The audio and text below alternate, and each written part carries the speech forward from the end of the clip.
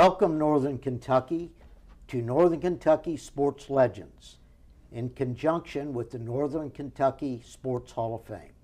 I'm Charlie Coleman, joined, as always, by the president of the Sports Hall of Fame, Joe Brennan. Joe? Hey, Charlie. Yeah, thank you. Yeah, today we'd like to talk about our involvement with the Kentucky Veterans Hall of Fame by CEO Deathridge, and how we got involved with them.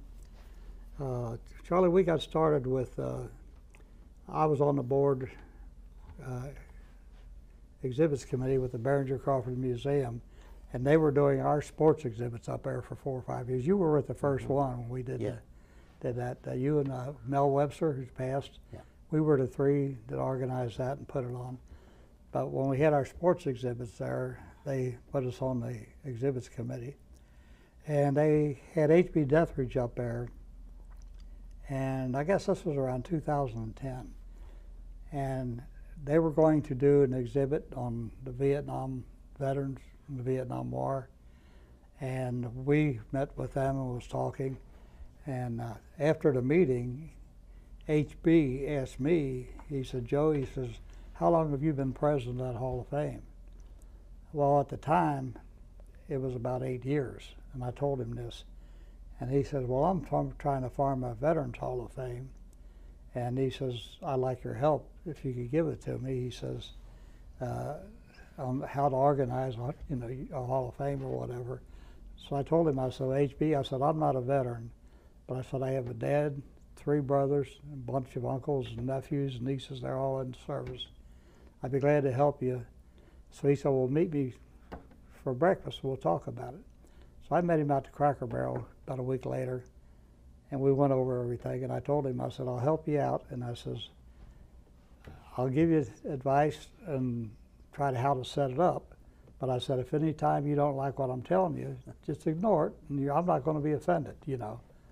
And he said, okay. So that's we started. We've been that way ever since.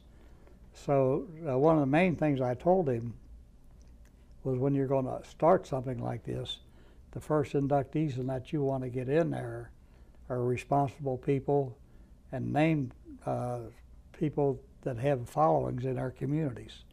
Because the higher up you get, and the people that will actually then work for you to bring more people in. You don't want to get somebody in there and they get the award, then they go away and forget all about you. So we started that, and since then I've been nominating Hall of Fame members every year since. Well, it took HB about 3 years to get this thing going. So the first induction class, if I can show you this thing here, was 2014 was the first class. And ever since then, we've nominated Hall of Fame members that we think are worthy of the Veterans Hall of Fame that have done outstanding service for us. And what I like to bring out today and point to everybody is this is for veterans, for the work that they have done outside of the service. In other words, you get your medals and that in the service through the veterans organizations and the government. But this is to honor people that were veterans that came out and performed outstanding service to the communities and that after they got out of service. So the first person that I nominated, of course, was Bill Capel. Bill, everybody in Northern Kentucky knew him. He was with the Carr Brothers Championship softball team. He started the Northern Kentucky Umpires Association, all kinds of stuff. We named the Capel ball fields in Latonia after him, and we got the Merle down the Covington flood wall has got the Carr Brothers baseball team on it, the 1939 World Champions. They were the first world championship team of any sport in the state of Kentucky, plus the baseball fields. And Bill was also the general manager of Covington Ballpark, and that's one of the fields that was on there. So he was the first one that we put in. So, and then, like I said, it continued up to the present day. But didn't Bill start this Hall of Fame, the Northern Kentucky And Sports Hall of Fame? Bill was one of One of the the founders. co-founders of our Hall of Fame. Yeah. Yeah, so that's part of the history there. And what we'd like to talk about today, and Charlie could have the names and read them off, is some of the members that we have nominated that got inducted to the Veterans Hall of Fame. So Yeah, this Hall of Fame, the Sports Hall of Fame, has been very supportive. I think usually, Joe, you get 2 tables by 2 tables and 10 each to support that. And yeah, just this past weekend was the inductions for 2023. yeah, we always get at least 2 tables. This year we had 5 tables. Oh, I didn't realize there was that many. And of 10 each, and they always had it at well, they started out having it the first 2 years in Frankfurt, and then they closed that hotel down there, and then they went to Griffin Gate. Yeah, in Lexington Yeah. for years, and then this year they went to the Embassy Suites across the street from them. Yeah, they're on Newtown Pike. Yeah, right, Newtown Pike, because the Hilton is turning that into a holiday resort thing with spas and stuff like that, and their prices went out of sight, so HB had to transfer it over to the Embassy Suites. Just before we take our first break, talk a little bit about H.B. Deathridge, because he founded and is CEO of the Veterans Hall of Fame, also a member of our Sports Hall of Fame. So just briefly take a minute and talk about H.B. Yeah, HB is a real character. She's famous in Northern Kentucky. Most people see him, they don't even know they see him, because he was the Boone County Rebel mascot. Yeah. He created that uniform award, and he wore it to parades and everything. And of course, you couldn't tell who was in it, but yeah, he's a Boone County Rebel.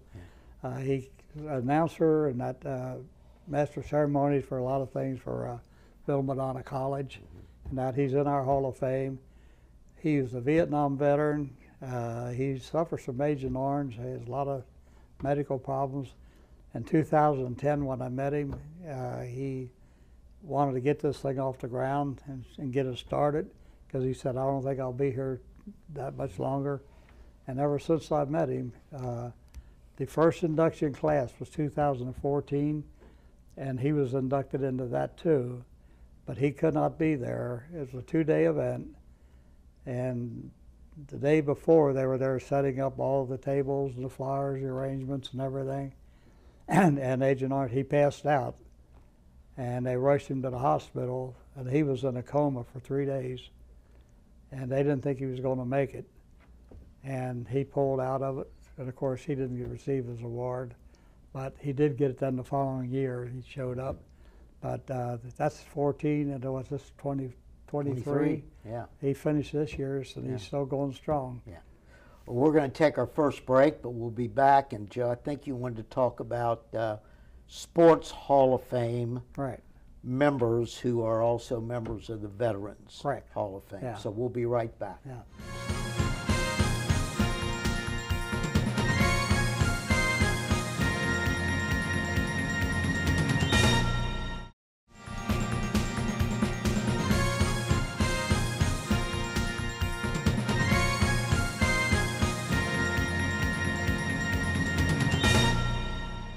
And welcome back as we continue Sports Legends, and also legends, veteran legends that are members of the Kentucky Veterans Hall of Fame, which through our president, Joe Brennan, has supported that organization since it got off the ground with H.B. Deathridge. Joe, we had there in the program listed members of the Sports Hall of Fame that are also members of the Veterans Hall of Fame. You mentioned previously in the first segment, this is based on your service, non-military service. Anybody that has a DD 214, that's a discharge, is qualified to be a member of the Kentucky Veterans Hall of Fame. The selection committee bases those selected based on what they've done as a civilian and what they've given back to their communities. Yeah, so we told you about the 2014, the initial class. The class of 2015, our Hall of Fame members, the Sports Hall of Fame members, we had two of them inducted, Dr. James Claypool from Park Hills and John Salyers from Erlanger. Charlie, you know a little bit about Dr. Claypool? Dr. Claypool started athletics Yeah. at Northern Kentucky University. I think he was actually their first hire. He was the first hire. First hire at the university when it was founded. And I think he actually went through the student union and said, "You want to play baseball today?" And formed a team. And of course, now it's a thriving university. They're in the Horizon League in all sports, Right. with the exception of football. But all that goes back to Jim Claypool. Right. Well, the main thing with Claypool, too, he was the first one in the state of Kentucky that said that the girls and women's scholarship sports programs at NKU, if they had a basketball program for men, they had to have it for the women. And they issued scholarships to women to play sports back in 1972. And the University of Kentucky, nobody else was even doing that. Yeah. That was right prior to Title IX. I think that was right around Title IX time. Before Title IX. But it was maybe a year or so before. But he was the first one in the state of Kentucky that gave women the Exactly. same advantages. The other one went into him was John Salyers. And most people know John Salyers as Jim Bunning's He was his field rep, I think, rep when Jim Bunning was Kentucky. congressman and a senator. Yeah. But John was a patrolman in, I think, Erlanger in Boone County out here for 20 years. And that's when he retired to go to work with Jim Bunning. But John was also very valuable in a lot of stuff with the Florence Rotary. He ran that for years. And he also ran a polio, polio shots worldwide association with the Rotary. And I think when he was in there, they eliminated polio in I think every country except Africa. And they were still working on that, I think, when he passed. But that was John Salyers. The following year, they went to 2016 with Jack Kenneth Ains. Everybody just knows him by Jack Ains, really Kenton County. Yeah, Mr. Baseball, in my opinion, from Ludlow. Everybody in Ludlow knows Jack Ains, if not everybody in Northern Kentucky. But great baseball man, Jack. And I say it with pride. He's 91 now. Is that right? Man. 91 years old, still going strong, and is being redundant. But he's coached many baseball teams over the many years. And if you ever get a chance to ask him to see a scrapbook, because he knew a lot of major league ball players and had an association with them. Yeah, he's a Ludlow graduate. He started the Ludlow Hall of Fame. They've got it actually in the stadium now. He's collected all their stuff. He's the president of the Ludlow Hall of Fame. He was 90 years old. He was still coaching. What is that, AAA ball or something? That's when the kids are out of knot hole and that. He was still coaching baseball and everything. But him and Benny Clary are Mr. Ludlow, and we'll get to Benny here in just a minute. The next class was 2018, and I'd let this guy do his talking for himself. Charlie C. Coleman, Campbell County. Well, I'm humbled and honored. I am not a combat veteran. I served, so I had a DD-214, but I'm still very humbled by that. When HB was on this very show and mentioned that, and he asked my reaction, and you always question whether you're deserving of any award. To be listed with those men right there that's in our Sports Hall of Fame, I'm honored. Yeah. Well, and Charlie, all your service that you've done in the community, through Bellevue coaching, what you've done prior to these television shows on TBNK for us. You did work with what was that, Spectrum? Insight. It was Insight back then. Communications. Yeah, you started the sports programs again out there. We did the Northern Kentucky Sports Legends. Yeah. I initiated that after I retired from coaching. My career was over. Dabbled some in politics, as Yeah. you know. I'm financial officer of American Legion Post 219. Right. And of course, I'm treasurer of our organization as well. Right. So we keep you busy. Yeah, I am busy. And then the year with that was also Phil Tolliver. Everybody knows him as probably the #1 attorney in Northern Kentucky, and personal injury cases. Phil's about 83 now, I think. So he's still working, but he's about to retire. Yeah. But Phil's done a lot for the community and the veterans, and that since he's got out. He's been rated like the number 10 top, one of the 10 top attorneys in the United States, and the number Navy 1 in veteran, Kentucky. I believe. Yeah, the Navy veteran, and he never publicizes it or anything, but any veteran that has problems with the government, their pensions or whatever, and that Phil Tolliver, ever since he's been in service, handles our cases and does not charge them. He does it free of charge. So he likes to put on like he's free and crazy, but he's deep down he cares about the veterans. Yeah. The next one was 2019. He had Benny Clary. Benny, another Mr. Ludlow, Yeah. you mentioned with Jack, he kept at the regional basketball tournament in NKU, he kept the clock or the scorebook. Scoreboard, yes. The clock, he was the clock. I think he did the clock for decades. 50 years. Yeah, decades. And he did it for Ludlow High School, too, at the same time. Yeah. He did all of Ludlow High School, girls and boys, clocks every week Yeah. for over 40 years. Yeah. NKU's, the regional basketball tournament. And he was like manager of the Knothole baseball teams in Ludlow. So, Ludlow's always had a good baseball program because of guys like Benny and Jack and Benny, we're getting a signal to take another break, but stay tuned. We'll come back and finish this list. Okay, So stay tuned.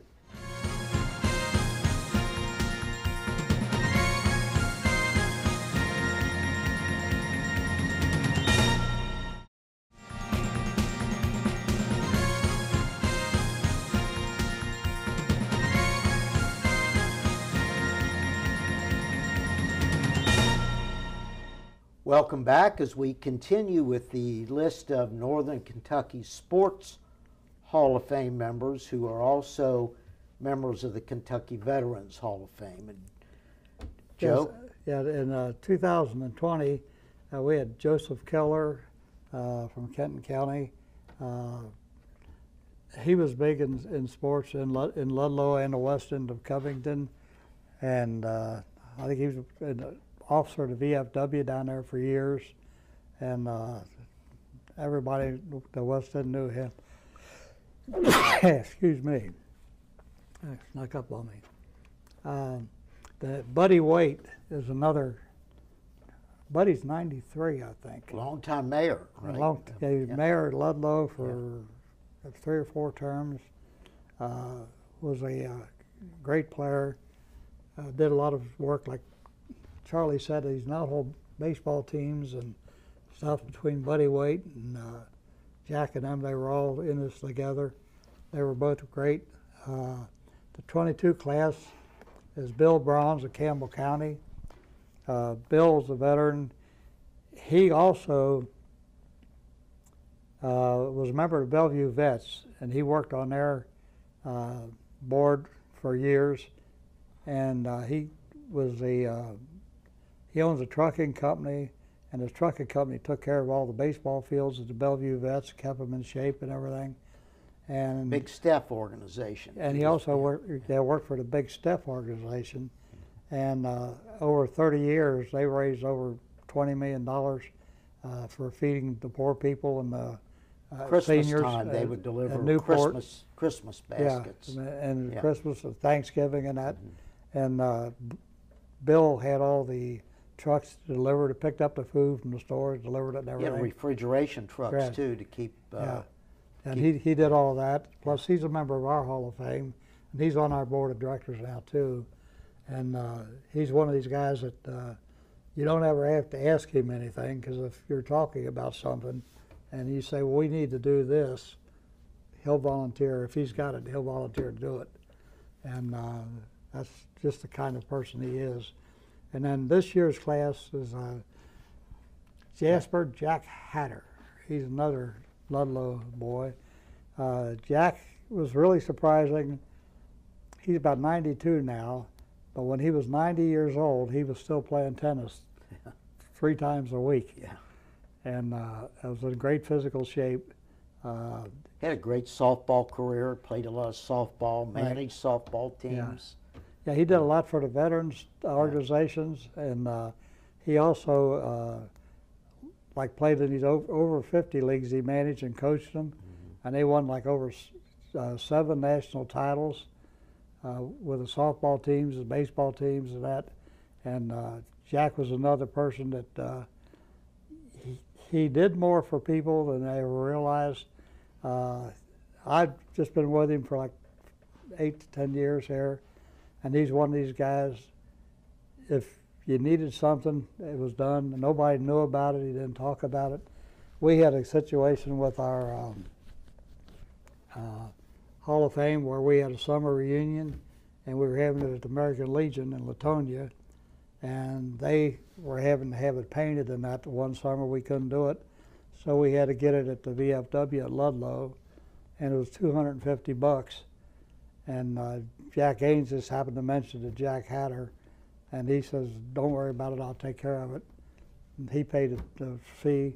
He never told anybody about it. Nobody in the Hall of Fame probably didn't know about it till I'm saying now. I didn't know about it. But that's just the kind of guy he was, you know. And that's it. Well, the Veterans Hall of Fame has branched out this year, Joe, and started giving awards and recognition to non-veterans, but who have contributed to the Kentucky Veterans Hall of Fame. And I'm proud to be able to announce this publicly, even though it was public at the induction ceremony. But our president, Joe Brennan, got this prestigious award, H.B. Deathridge Spirit Achievement Award, Joseph P. Brennan. And Joe, I'll let you take it from there. Yeah, this is an award that they gave this year, and I was proud to receive it. But like I said, I'm not a veteran, but this is an award they gave to people that helped them, and I really appreciate it. And mainly, what I'd like to point out though is I bought some of the stuff that all of these veterans have received and their families. They give you a American flag here, and this flag they give you a certificate with it. It's flown over the Capitol of the United States, and they give each member a flag. They also give them a certificate. Yeah, this is yours. And this is mine as an honorary veteran, not as a veteran. They gave me this award. And then this is the honorary Kentucky Veterans Honorary Award they give. And Charlie and them, they all got a real one when they got inducted. Well, you got a real one, and the Veterans Hall of Fame could not be successful without the non-veterans. And there's a group of women that do the decorating, go down to Lexington a day or two early and decorate the tables. And so there's a lot of people involved. Right. Well, that's how what they've got involved in it was when I was an honorary this year. With the honorary part, that, like Charlie said, they had about 7 of the women, of Blue Star mothers, and that. They've been working since 2014 every year, and they do all the decorating, tables, getting the flags, storing stuff, and they really work. City of Lexington is really on board with this as well. Yeah. I mean, there's a huge American flag that's put up over the roadway into the Embassy Suites by the fire department. The Lexington Fire Department in Lexington, and the mayor is very supportive in the city council there in Lexington. So, Joe, you may want to mention, we got less than a minute to go, but the Sports Hall Hall of Fame is not just involved with the Veterans Hall of Fame, but the Behringer Crawford Museum is a partner in preserving our sports history. Correct. Just touch on that right before we end our show. We formed, like I said, me and Charlie and Mel Webster put on our first sports exhibit there, I guess about 2002. And we've had 6 of them since then. And in 2014, we formed a partnership with the museum where they collect our veterans' uniforms, etc., and they store them, and then they have exhibits up there, and we're in partnership with them. And we've been working with them ever since. And they've also contributed greatly to our success. And like I said, the one thing always rubs off on the other. When we met HB, that was through the Behringer Crawford Museum, because they were doing a Vietnam veterans exhibit, and that's how we made the connection there. So the connections go all the way through with their members and our members and the museum members. And between the 3 of us, I think we've got 3 really good organizations. And I would like to say, if we have time, that these are just a few of the veterans in the Hall of Fame that we've nominated and got the information to give to the veterans. Any other veterans that's in the Hall of Fame, our Hall of Fame, or even if you're not in our Hall of Fame, you can join and put in an application for this Kentucky Veterans Hall of Fame. And like Charlie said, the veterans, you have to have a DD 214 discharge form to apply. The nomination form can be found at KentuckyVeterans.org. That's just kyveterans.org.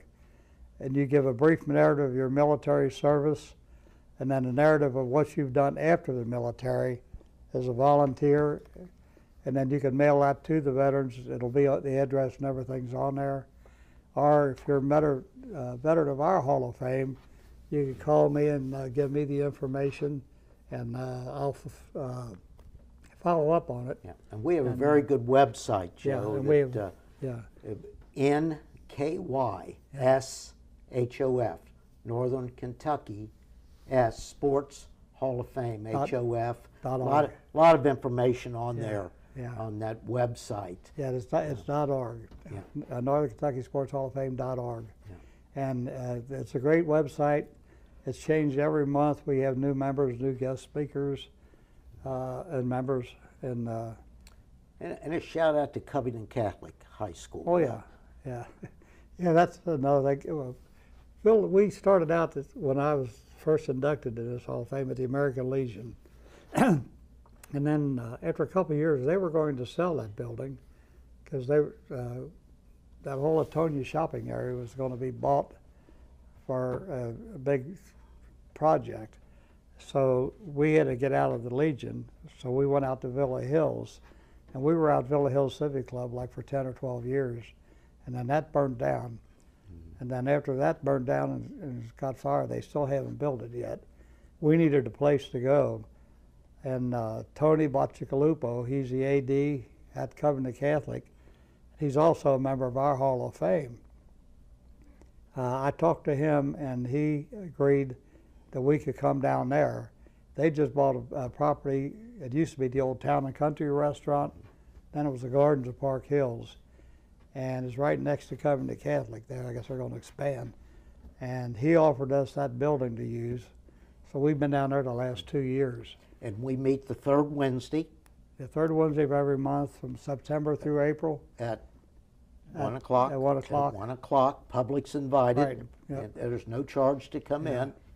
And we have a monthly induction September through April. Yeah. We have a guest speaker every month. And this month we're going to have Randy Marsh is going to be the speaker. And you got a lot going on if you've been watching any baseball about the strike zones with the umpires and that. And Randy was a major league umpire for 30 years. Yeah, so be careful what you say to Randy about strike zones. So I'm sure he'll be getting a lot of questions about it. Yeah. Well, Joe, thank you, and Joe, thank you for what you do. And if anybody has contributed to keeping the memories alive in Northern Kentucky, it's Joe Brennan. Whether it's through the museum the Veterans Hall of Fame. Joe, you're always involved, and Well, thank you for it. yeah, thank you, Charlie. Yeah. And thank you for watching. We'll see you next time.